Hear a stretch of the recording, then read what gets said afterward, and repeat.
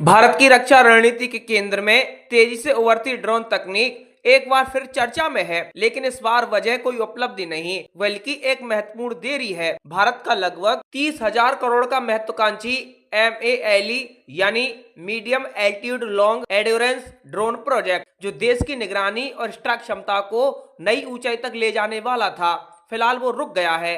इस रुकावट की जड़ में है पश्चिम एशिया में बढ़ता तनाव, खासकर ईरान और इजराइल के बीच चल रहा युद्ध, जिसने वैश्विक रक्षा आपूर्ति श्रृंखला को झकझोर कर रख दिया है। यह पूरा मामला सिर्फ एक डिफेंस डील के रुकने तक सीमित नहीं है, बल्कि यह बदलते युद्ध के स्वरूप, वैश्विक भू राजनीति और भारत की आत्मनिर्भरता की दिशा में एक बड़ा संकेत भी देता है। भारत लंबे समय से आधुनिक ड्रोन तकनीक को अपनी सेना में शामिल करने की योजना बना रहा था। इस योजना के तहत इजराइल की प्रमुख रक्षा कंपनियों के साथ मिलकर उन्नत ड्रोन खरीदने और उन्हें भारत में ही बनवाने की तैयारी थी। इन ड्रोन का उद्देश्य सिर्फ निगरानी करना नहीं, बल्कि जरूरत पड़ने पर सटीक हमले करना भी था। इस प्रोजेक्ट के तहत जिन ड्रोन पर सबसे ज्यादा चर्चा थी, उनमें हेरॉन MK2 जैसे अत्याधुनिक प्लेटफॉर्म शामिल थे। यह ड्रोन लगभग 45 घंटे तक लगातार उड़ान भर सकता है और 35,000 फीट की ऊंचाई तक जा भी सकता है और करीब 470 किलोग्राम तक का पेलोड ले जाने में सक्षम भी है। इसका मतलब है कि यह ड्रोन न सिर्फ लंबी दूरी तक दुश्मन की गतिविधियों पर नजर रख सकता है, बल्कि हथियारों से लैस होकर हमला भी कर सकता है। ऐसे ड्रोन आधुनिक युद्ध में गेम चेंजर माने जाते हैं, खासकर तब जब सीमाएं संवेदनशील हों और लगातार निगरानी की जरूरत हो। लेकिन जैसे ही ईरान और इजराइल के बीच संघर्ष तेज हुआ, स्थिति बदलने लगी। इजराइल की रक्षा कंपनियां, जो इस डील का अहम हिस्सा थीं, अचानक अपने देश की तत्काल सैन्य जरूरतों को पूरा करने में लग गईं। युद्ध के समय हर देश अपनी सुरक्षा को प्राथमिकता देता है और यही कारण है कि इन कंपनियों ने भारत को ड्रोन सप्लाई करने में देरी की बात कही। नतीजा ये हुआ कि भारत का पूरा प्रोजेक्ट पॉज मोड में चला गया।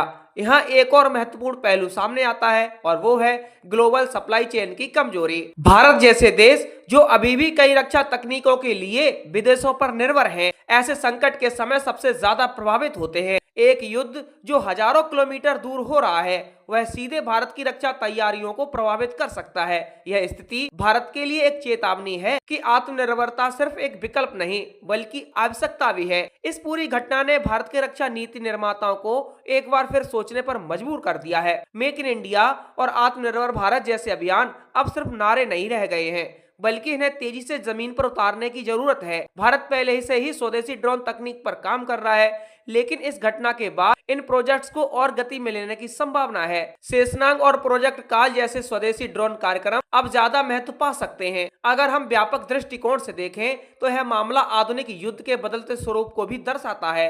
पहले युद्ध जहां टैंकों, तोपों और लड़ाकू विमानों के इर्द गिर्द केंद्रित होते थे, लेकिन अब ड्रोन और आर्टिफिशियल इंटेलिजेंस आधारित हथियारों का युग आ चुका है। आपको बता दें कि ईरान ने हाल के संघर्ष में जिस तरह से ड्रोन का बड़े पैमाने पर इस्तेमाल किया है, उसने पूरी दुनिया को दिखा दिया है कि सस्ते लेकिन प्रभावी ड्रोन भी बड़े बड़े एयर डिफेंस सिस्टम को चुनौती दे सकते हैं। ये न सिर्फ सस्ते होते हैं, बल्कि इन्हें बड़ी संख्या में तैनात भी किया जा सकता है, जिससे दुश्मन की सुरक्षा व्यवस्था पर भारी दबाव पड़ता है।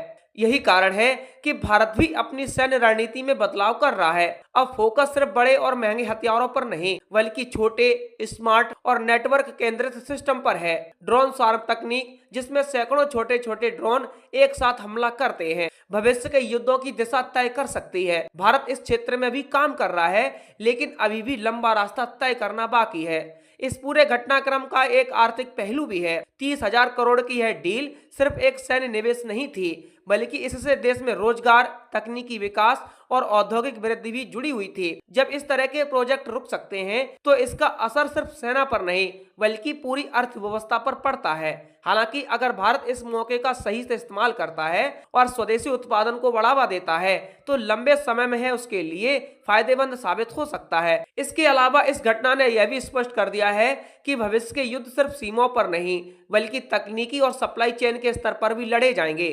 जो देश तकनीकी रूप से आत्मनिर्भर होगा, वही संकट के समय बेहतर प्रदर्शन कर पाएगा। भारत के लिए यह समय है कि वह अपनी कमजोरियों को पहचाने और उन्हें दूर करने के लिए ठोस कदम उठाए। भारत का ड्रोन प्रोजेक्ट रुकना एक अस्थायी बाधा जरूर है, लेकिन यह एक महत्वपूर्ण सबक भी है। यह हमें बताता है कि वैश्विक राजनीति और युद्ध किस तरह से किसी भी देश की आंतरिक योजना को प्रभावित कर सकते हैं। साथ ही यह भी स्पष्ट करता है कि आत्मनिर्भरता और तकनीकी विकास ही भविष्य की कुंजी है। आज जब दुनिया तेजी से बदल रही है और युद्ध के तरीके भी बदल रहे हैं, भारत को भी उसी गति से आगे बढ़ना होगा। ड्रोन तकनीक, आर्टिफिशियल इंटेलिजेंस और साइबर वॉरफेयर जैसे क्षेत्रों में निवेश बढ़ाना होगा। तभी भारत न सिर्फ अपनी सीमाओं की रक्षा कर पाएगा, बल्कि वैश्विक मंच पर एक मजबूत और आत्मनिर्भर शक्ति के रूप में उभर सकेगा।